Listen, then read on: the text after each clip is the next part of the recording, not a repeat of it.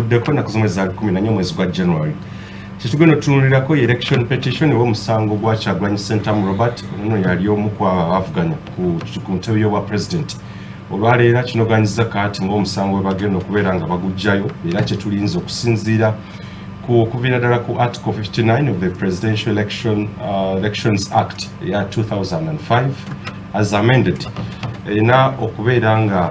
mu article eyo oba bw'ogenda ddala ne ku nkaaga mu articles ezo eza act eyo omuntu alina okujjayo omusango alina ebbeetu okujjayo omusango gw'abawawaabidde oyo abo basuubira nti ddala kituufu tebaawadde mazima ggwanga lino mu nsonga z'akalulu.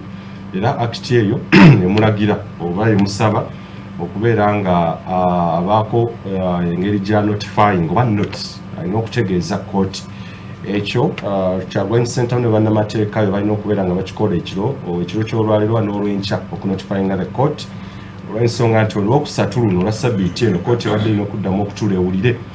enjuyi zombi ku byekuusa ku musango guno eno nga Kyagulanyi ne banne baawawaabira akakiiko k'ebyokulonda nga bagamba nti obwerufu obwenkanya saako n'amazima byawulira ddala mu kalulu ako n'awawaabira Attorney General oyo ye ssaabawolereza owa gavumenti n'awawaabira of course ne President Museveni nti alina engeri gye yaleetamu akalulu kano obutaba ka mazima n'abwenkanya.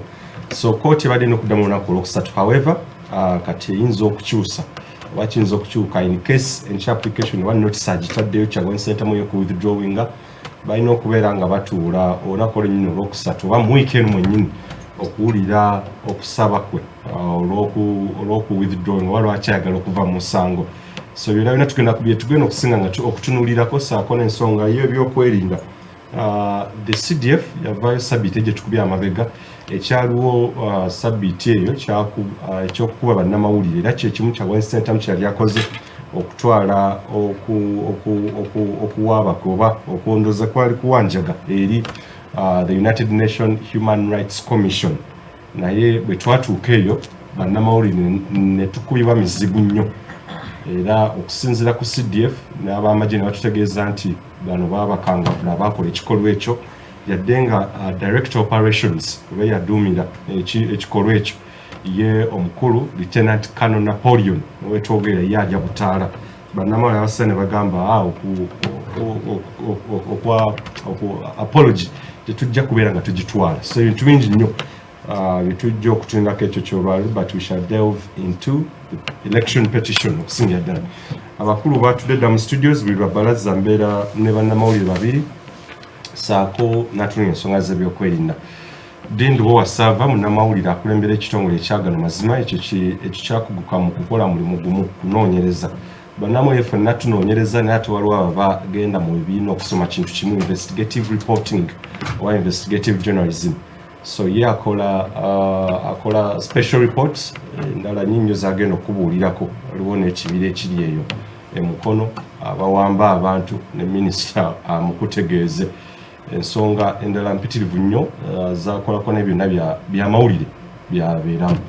Omulangira Kimbugwe Kalema James oyo wa Impact Consortium akola ne Impact ate era ng'akola alina n'omukuto gwa Our Story emboozi zonna ezikwata ku ssemazinga wa Africa alina n'emboozi nno empya zengiyita lugogoma yinza okukomekereza nga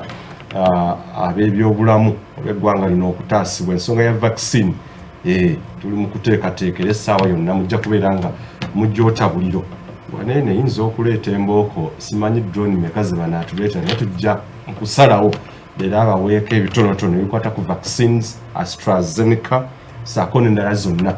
Intention y'okukola vaccines zino eriwa era ddala kituufu nti egendereddwamu abafirika okubeera nga balina eyaabwe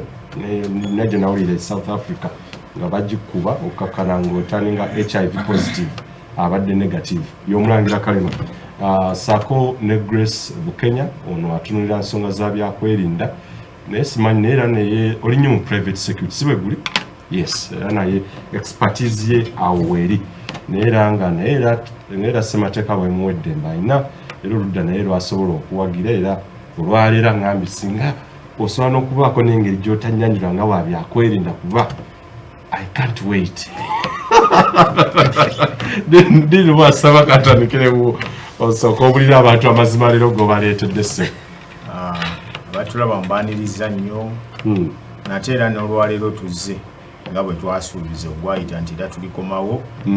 tugobye bumale kuba bwo obusonzi butera okwekunya.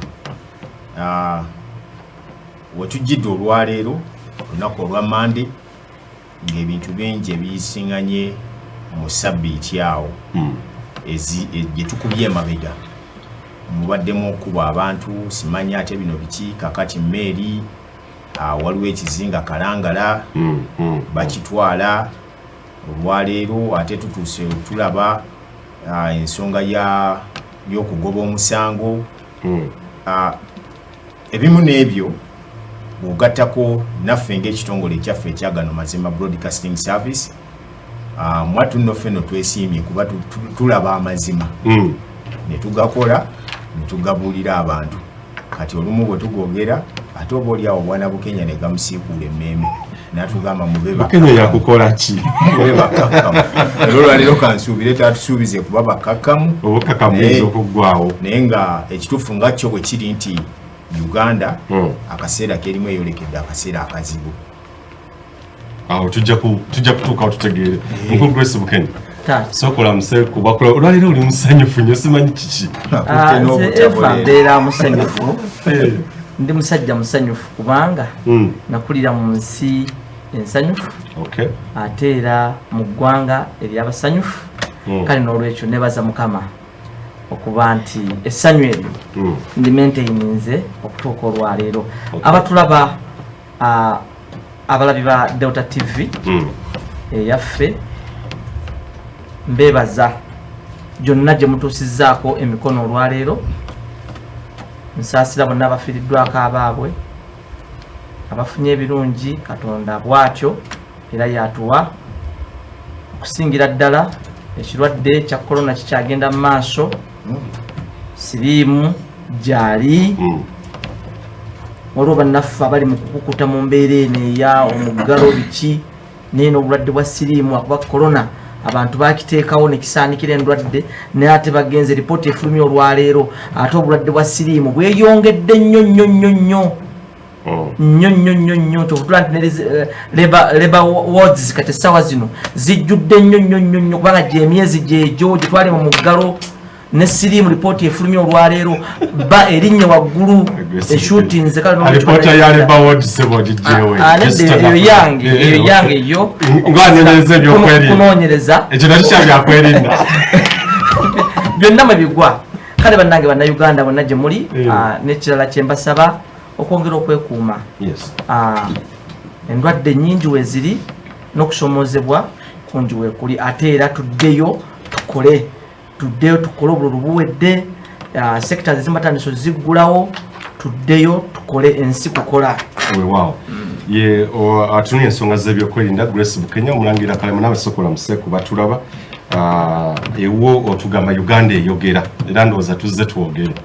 neyaza gasebo abalungi abatulaba abatuwuliriza mwasi by'emutya Ssebo mwemutya Bannyabo tuli mu Uganda obudde buno nga kati okwogere n'okubanga okwogera eddoboozi neriwulikika maybe olina okuba nga oli mwavu kuba omwavu afugika ebyaddala so ensi gye tugenda yeeyo bwana Bukenya adayogera nokyokuba nti siriimu yeyongedde siriimu yeyongedde ebyaddala naye ate tebateekako ogundi kalantiini oba tebateekako gundi kyetuyita lockdown alivamaki siriimu waali twayiga okubeera naye tulina engeri y'okumwekumamu so ne COVID-19 abantu bangi nnyo nnyini ddala gavumenti ebaleke bakole emirimu gyabwe nga beekuuma kubanga twagala kugenda mu mbeera erega nti nomwavu afugika kituufu afugika nate omwavu asooka violent neyekyawa so gavumenti tugiwa maybe amagezi ku mbeera bwekyo okulaba nti nno abantu bonna bafuna ekyokulya naffe bannamawulire emitima gikyalimye menyekavu nnyo kubanga tukyali mu mbeera yomanyi yotutulugunya yotukuba embeera bwekyo so tutambula tuli ku bunkenge ate ekibi nnyo ey'obulamu bwaffe weewaawo ye omulangira Kimbugwe Kalema tugenda kubera nga tutambula ffenna bwe tutyo bakulu mumpeeza message empitirivu nnyo nti mukakasizza nti kwemuli kati katutandikira oluvannyuma lw'okukola ku nsimbi ate tujye tutegeere ensonga ezeetedde Kyagulanyi Ssentamu Robert okugyayo omusango mu kkooti ssaako n'ebirala byonna. Okyalina ni muzukulu wa Gawunga Moses Wamala baweereza messages enamba gye tukuteera ku mukutu ogwo ku lutimbiro ya message oba obubaka bw'olina okuweereza.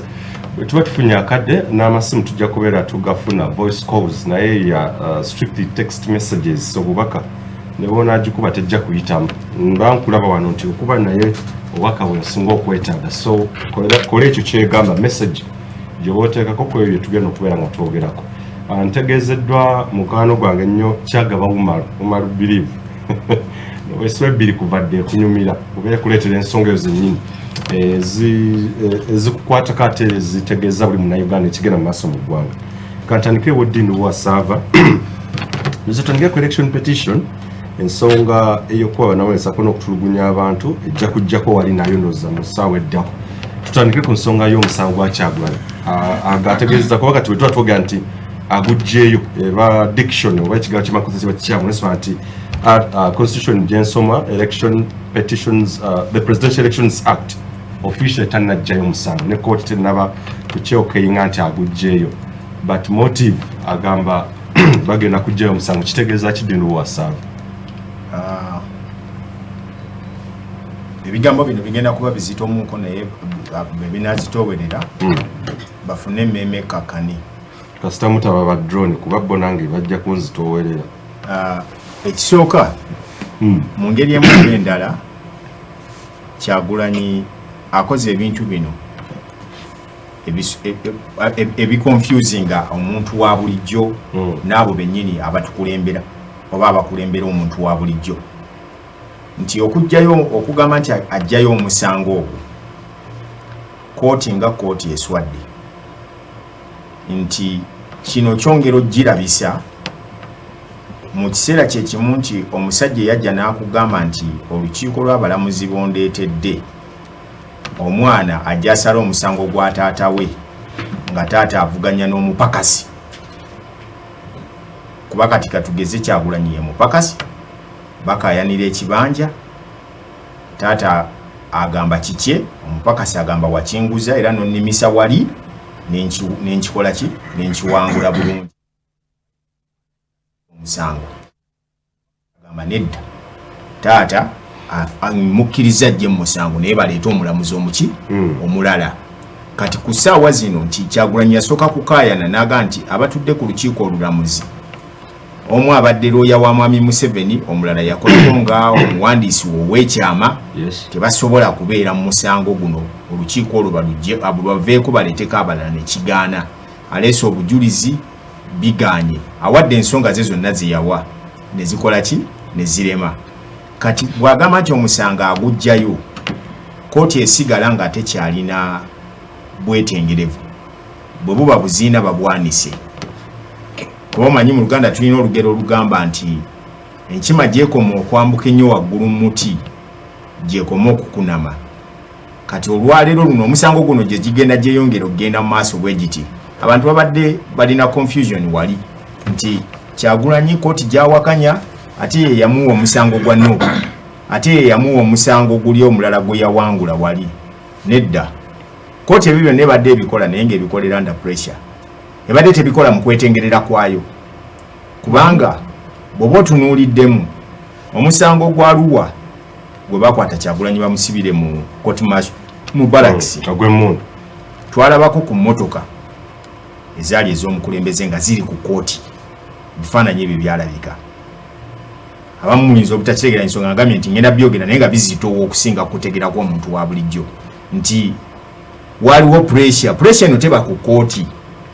pressure ebeerawo ono kooti gyekima ebiragiro okugamba nti omuntu atudde mu ntebe enkulu yawe ebiragiro eri kooti eno biki byegenda okusala. Ng'omuntu wa bulijjo abiraba wano olowooza nti asaze mu nsala etwanguyira, naye abatasaze mu nsala eyanguwa oli bwe kiba tekimutaddeeko pressure asobola okitambuza nga bwakola ki bwe kimusaako pressure agamba nti owaaye nedda. Gwe weebuuze bwe baba nga Kyagulanyi baali bamukwatidde mu kooti y'amagye bagamba bamusanze n'emmundu na biki ne bamutwala bamulamulira eri, ki ekyabaleetera okusuula omusango nga tegulina ki tegulina okugamba nti bagugobye gwonna gugenze. Essaawa ya leero ogwa nupu okubeerawo era butagenda ku ballot paper walibaddewo era pressure ey'amaanyi kati buli pressure lwetemba omukulu oli asemba waggulu ng'agamba wano wansi nti akale mugire nga bwe baagala kireme kucyankalanya. So you want to mean emisango gyonna court gye rulings in favor of Kyagulanyi wabaddewo atmosphere ebaleetera okukola ekyo? Absolutely. Okay. 100% and times plus. Pressure teri ku kooti wabula eri waggulu woya alagira kooti eno kola byeyina okukola kuba tekolera ku bwetengerevu bwayo. Ekyo bw'okiteeka wali tunula mwani alonda abalamuzi bano pressure gwerinnyako then n'abagamba mukole bwe muti tugende n'ekyo. Olwaliro bw'oba otunuuliddemu pressure yaliwo wakati w'omusango gwa 2016 ogw'Ambabazi gwatawaanya nnyo kooti sagala kulimba nti ebimu bagenda okuva omwo nga changes ze balagidde zikolebwe n'otuuka essaawa ya leero. Kooti okimanyi nti yali esazizzaamu okulonda okwa 2016 indirectly naye wano politically on face of the public ne balaga nti tewaliwo kigenze maaso. Naye ebiragiro bye baaleka balaze muli byali biraga bulazi nti okulonda kuno tukuze ki tukusazizzaamu ku bye baaleka ebyali mu submission. Kati olwaliro bwe bajja omusango guno nga baguggyeeyo Mwami Museveni alina ebizibu bibiri byagenda okufeesinga. Agenda mukulamula nga talina mukulayizibwa nga talina kye bayita legitimacy. Kubanga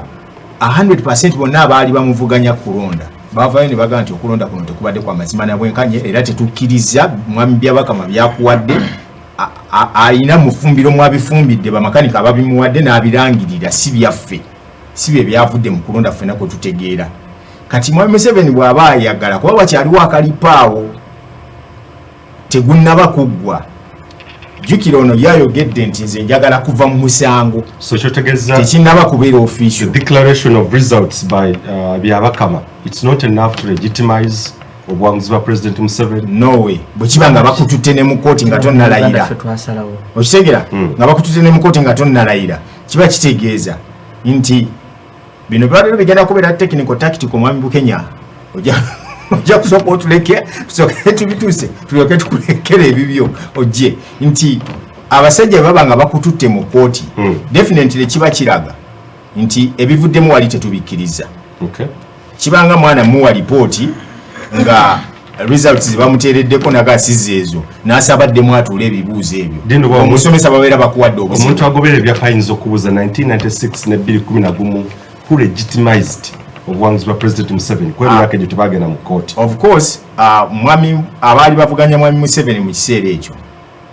nyinza okugamba nti Mwami Museveni mu kaseera ako yali akyayinamu hope y'abantu baali bakyamwagala nakati abantu bamwagala sooka olindeko Mwami Bukenya obubiwa kaseera ko kajja kujja mu kiseera kiri 2016 sorry 96 Mwami Museveni yali akyayina hope y'abantu abantu baali bakyamukiririzaamu whereby nti ate n'abantu mu kalulu ka 96 baalina obusungu ku Ssemwogerere nti twakulonda mu 8 n'ogaana okulwanirira obuwanguzi bwo kati ku mulundi gw'olwaleero tuyinza obutaddamu kwesiga era bamulonda ku lulwe n'agenda yensonga olaba nti teyasobola yadde n'okugenda mu kooti kuba olaba teyasobola kuloopa mu 8 ke yali awangudde open olwate 2011 ddiini kati 2011 era Mwami Besigye yagaana ogenda okuloopa naga nti okusinziira ku kyenalaba mu 2006 ne guno oguzzeeko sirina nsonga lwaki ngenda okukola ki lwaki ngenda okuloopa oba nfuna bulungi sirina nsonga lwaki ngenda okuloopa. Kakati bwe tujja olwaleero Mwami Kyagulanyi yalaze nti tagenda kwagala kuvaawo kweyongerayo na musango naye Mwami Museveni problem gy'alina kati eryemu nti bw'aba ayagala kumalako na kuwininga kulaga ba international community nti gundi eno tamu eno egenda alayire nga alina legitimacy asobola okuyita mu kooti era n'agamba bano ne bagaana okukkiriza okuwaba kwa Kyagulanyi ne bamugaa nti nedda oba si ekyo mu kawaayiro ka ssemateeka era basobola okuyita omu kwabo kubanga era nawe definitely walaba bulungi nnyo akalulu kano kagenda okukubibwa campaign zino nga mulimu era abacuba be baleese okujja bazanyire muli abacuba be bali waddini wambale manyi abavuganya bo oba wazanya ku mupiira gw'essomero mwabangamu omwana najja n'asamba omupiira naye nga takyasoma oba okitegeera bulungi nga takyasoma yavadda mu ssomero naye ne bamwambaza akajoozi k'essomero kuba muwanvu si nnyo mumpimpi kati nga basajja nga bano babika we bato type nga ayinza okujja n'asanda bula kapiira k'essomero awo ne bagamba naye muba muli mukudduka wano kalayini mugenda bw'oba oli namba 27 ono ba 11 nga bwakubuuza wano mulina ku nnyumba ez'okupangisibwa kati gwe n'omanya ono takyasoma oba okitegeera kakati aba baleetebwamu ng'abacuba gwe weebuuze there are certain questions zolaba okuva okulonda kwaggwa some of the candidates abaali bavuganya baali tuwadde nga boogera nnyo mu kulonda nga tukugenda okubeerawo mu kampeyini baasuubiza ebintu bingi nnyo mulimu ne betwali tusuubira nti singa kanaggwa nga bakadibaze bwe bati engeri gye babaddeko mu magye gye bibadde bitya tulabika tugenda kusanga akaseera akazibu akatiisa bamwana bukenya wano ne batugirako ne intaneti okuva ng'okulonda kuggwa. Have you ever heard anything about from Mr. Muntu? Have you ever heard anything from Mr. Tumukunde? Mukulu Mugisha Muntu namusabye ne interview yajongezzaayo mu Ochulya Nobert Mao. Those are the vocal politicians betubadde tulina wano, but they are all silent balinga abasinkinze mazzi nti tebakyasobola kwogera oba okitegeera kakati ebigambo ebyo byonna bikulaga ki nti okyasobola okulabayo omuntu omulala asobola okera ku nkya n'azuukukirawo n'ayambala n'agamba nze ngenda tekinga maaso omusango guno mwami Museveni asigale ng'alina legitimacy mu kugenda okulayira ezo technical zisuubira okubeerawo wali. Secondly, kooti ekyasobola okulemera omusango ogwo negamba gwoba ogusudde ffe tugupikinzemu interest tuguwoze guba esigaze ekitiibwa oba okitegeera gwe mukumulabye owa bulijjo guba tigulina value naye ye ejja kulaga kuba kyeyagala okukakasa mukama waabwe agende ng'alina legitimacy bw'anaaba tagitutte ekyo kijja kuba kiraga bulazi. Kati ekyokubiri era we kiragira nti mwami Kyagulanyi bw'ajjayo omusango guno kuba abadde alangirira plan B. Babadde balanga plan B bonna nga bwe bali bonna ku opposition. Then that means nti bwe mbanga mwanye democratic way of governance oganye okunsalira obulungi ekitegeeza nti bwenzira mu public court mbanji waddeyo esobola okukola lulingi yaayo nesalawo kyeyagala nega nti omanyi katugende maaso nekyemawe tugenda okujja ne Grace Bukenya ne Kasooke Nzije ewo mulangira Kalema.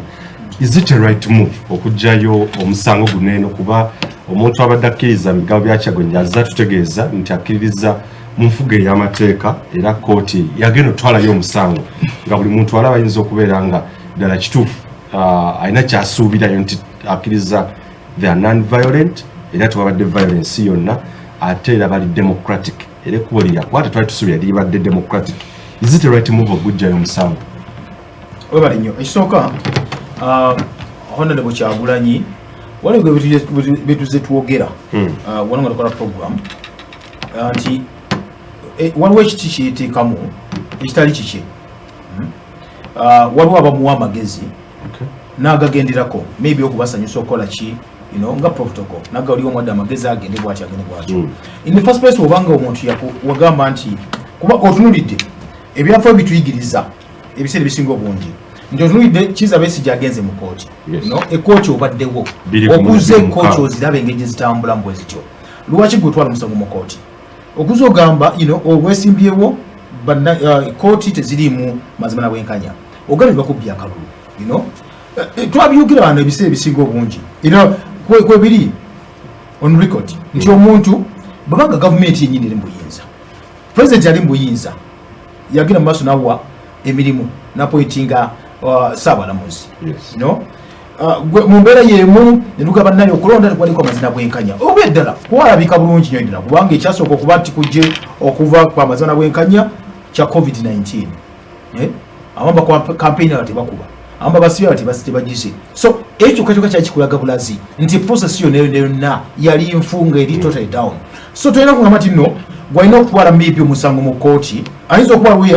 waliwo ekyali ku pressure ekyaliomusango mu kooti kwenyinyini ekisooka bayinza okuba balooya kuba bakola sene mpitirivu nnyo ekyo ng'okiziza ebbali waliwo pressure endala ebeera ejja ey'abantu abantu baga okulaba tolina kutubakoja abantu oda kukyamawulire amuli gagala okukola mwe tegajja kukola Kyagulanyi yeebase waka muwoloka ya bulletproof yeebase waka no galina okukola nga buli lunaku tumanya wala kigenda mu maaso mu kooti amuli gaba gakola seyo pressure naye ebeerawo then abantu bagenda okugalaba amawulire ago niyo pressure bagimuteekako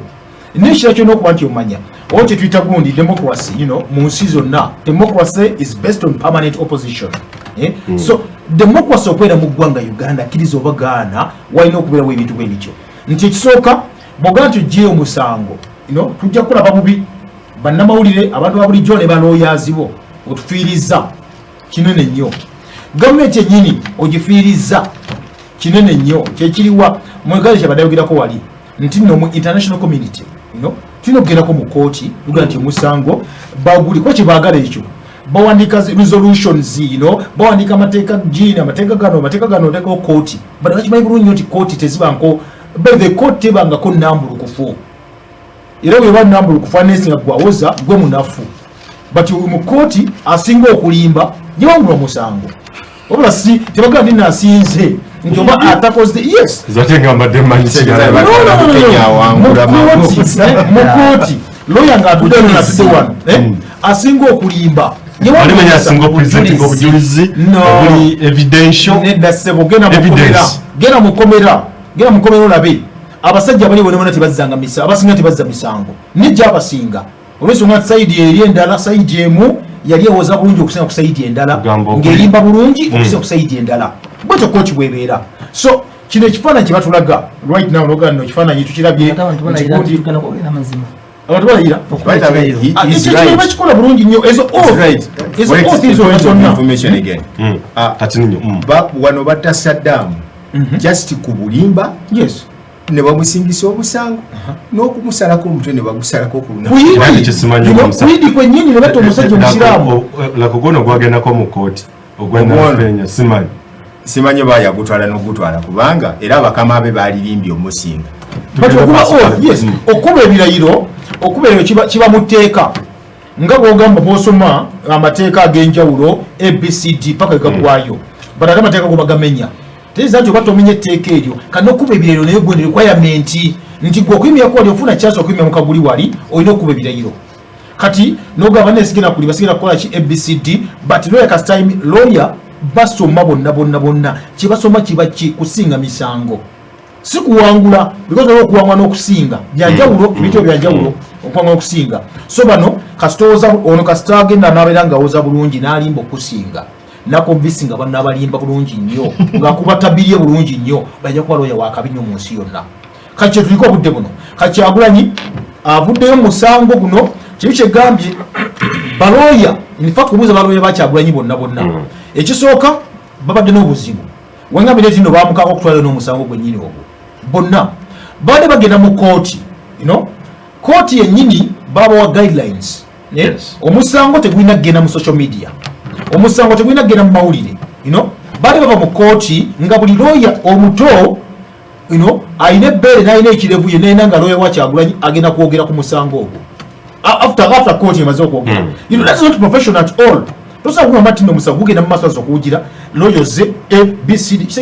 ojja gaba n'obujulizi bwamwe buyina ojja byogerayogera bwotyo mpolampola so kitegeeza tebali organize bo bennyini kati kyovali wajjayo omusango ogwo ayinza okuba gujjo naye byalo balumiza era bagenda kupushinga baza okupushinga ennyo nnyo n'amateeka abe si basanyufu yes nga si basanyufu sente zibagenda okukolaawo sente zokka obugambe nti nno nze nawoza omusango wa presidential candidate Kyagulanyi naliko eyo Steve yalisazizaamu banyiivu ekirala bannaffe bano abalala abagundi NRM obudde bwonna akkiriza obagaana egenda kuddayo mu kooti egambe nno tosobola kuva musango guno either seze kuba nyingi nnyo zaaliwinga okusasula maybe oba zaatali okusasula zobanaga zisasula ajja kudda mu musango oba state taking over ekiryange erinnya lyayo naye okiryange erinnya lya state kibanga agamba nti nno taata alina omwana batese ki ekyokukola okati kifaananyi kyaffe okuba nti bakikola ki bajja biri kooti akumpe buli lunaku kooti Uganda yatudde nesa omusango bweti president bageza mulayiza nga maze okuba nti awangula omusango bwatyo but ojja kuwangula omusango nga tolina nakuwaabira just twasigeza kifaananyi bwekyokka bwekityo so the move nungi oba move si nungi in the first place nga move yali nungi okugenda mu kooti omanyi system eri rotten bomanyi system eri rotten ate kiwaki ogyesiga lwaki ogyesiga gamba bugambi bannange batubba akaluka ffe because sigala kwoli sigala kwoli ne tugamba nti no buli lunaku abadde batugamba mwatubbya akalulu tulize kooti ekiva mu kooti kati kooti evuddeko kooti evuddeko kati kiki ebigenda tugamba ekirala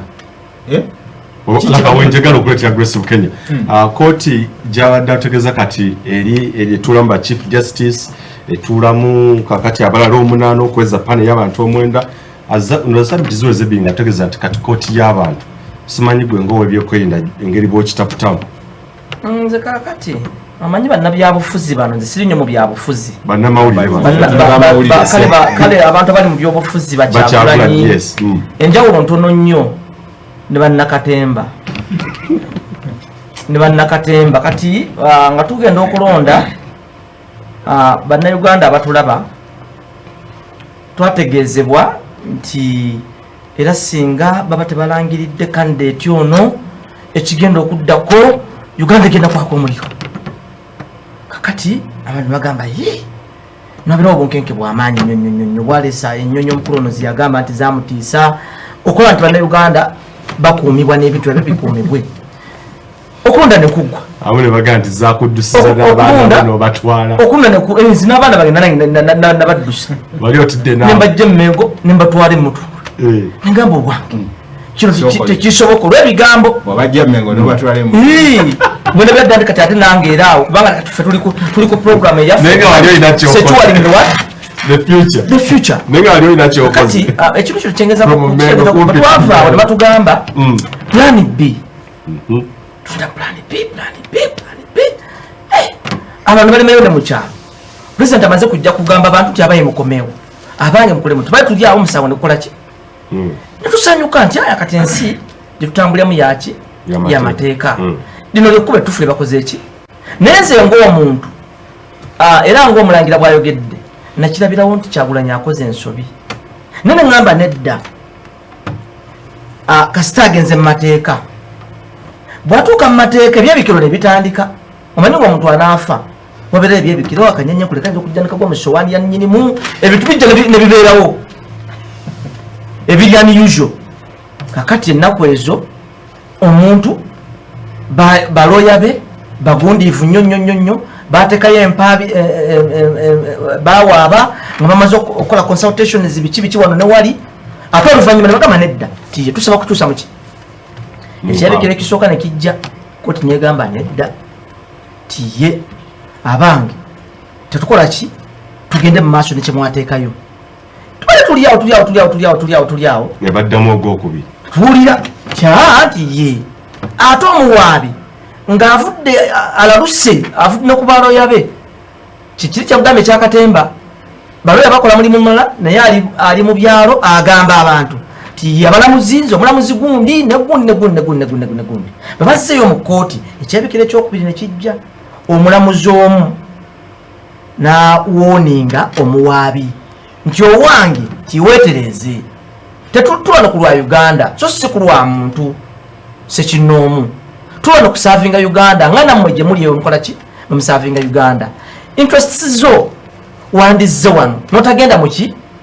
wandise mu baloya bo notagenda ludda wanenga omukulu ono bwayogedde nti buli omu ayogera baloya be bavayo ne boogere badde mu kooti ab'eŋŋanda ze mikwano gye buli omu n'ayogera ekyo kyekyebikiro ekyali ekyokubiri kati ze ne ŋŋamba nti ekintu kino kibadde overdue Kyagulanyi yakirabirawo omusajja bannaffe abatulaba Museveni Yoweri Kaguta tebuhaburwa bamukuba flat mu Buganda region bamukuba pants down mu Buganda region kiri kuliko bamukuba flat tukkirize Buganda si ye Uganda Buganda si ye Uganda nga twogera mazima uliriza sebo Buganda kitundu kya Uganda Baganda kabeekange kubanga noge mazima abaana baffe betwagala bawulire Buganda kitundu kya Uganda era kitono kisavinga ekitundu kitonotono ku Uganda yonna. Kozi Buganda erimu obukadde bumeka? Sabinga kinene. Soko olirize. Kambuza Buganda erimu millions. Soko olindeko ezache ez'abantu oba ez'abalonzi. Ez'abantu. Statistics sazze nazo. Naye omulundi omulala njazikuwa. Like contributing how much to the GDP. Kasoko tandika tugenda ku kino ekiriwo ekyabalonzi. Kyolagala okugamba nti nno ebitundu ebirala tebiri mu bantu abantu bonna bali wano mu Buganda. Buganda yesinza population or regions. Kituufu yesinza population. Tugenda ku balonzi. Eligible voters. Bonna bomanyi ko balonda. Yes or no? Bonna balonzi abali mu Buganda bonna balonda wadde bebasinga naye balonda bonna tebalonda nengera biggest percentage tudde ku mulamwa bannayuganda abatulaba ebitundu ebirala byalonda Museveni era owekitiibwa Honorable Kyagulanyi bamukuba pants down katwa kunsibi kati niyo kazo tukole kunsibi tukobane aggressive ne pants down katandikira kati niyo kazo tukole kunsibi